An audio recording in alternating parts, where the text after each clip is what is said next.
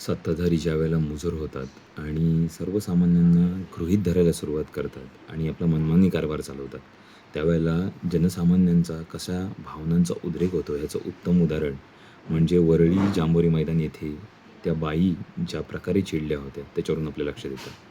Scene काय होता तर महिला आरक्षण बिल हे नामंजूर झालं म्हणून एक मोर्चा काढण्यात आला होता, ज्याच्या पाठीमागे अर्थात डिलिमिटेशनचा बुरखा लपवलेला होता आणि त्याच्यामुळे ट्रॅफिक झालं आणि किमान तास दीड तास ती बाई त्या ट्रॅफिकमध्ये अडकलेली होती आणि तिची अगतिकता तिथे दिसून आली. तसंच जाऊन चालत त्यांनी तिथे सगळ्यांना जाब विचारायला सुरुवात केली आणि ते सुद्धा धडधडीत इंग्रजीत. एकालाही त्या इंग्रजीला उत्तर देण्या इतकंही धारिष्ट नव्हतं. बरं तो मुद्दा नाही आहे भाषेचा, किमान मराठीत तरी त्या बाईंना इंग्रजीत बोललेलं समजून जर का उत्तर देऊ शकले असते आणि शांत करू शकले असते एका वाजवी मुद्द्यावर, तर आपल्याला हे मानता आलं असतं.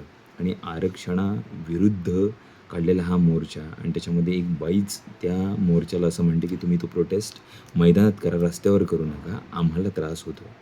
म्हणजे सर्वसामान्य जनतेला का तुम्ही त्रास देत आहे? तुम्हाला जे काय करायचं आहे संविधानाने अधिकार दिला आहे, पण ते इतरांना त्रास होणार नाही अशा आशयाने तुम्ही करा. आणि सत्ताधाऱ्यांचा होता हा मोर्चा, त्याच्यामुळे ह्याच्याबद्दल जास्त तुम्हीच व्यक्त होऊ शकता.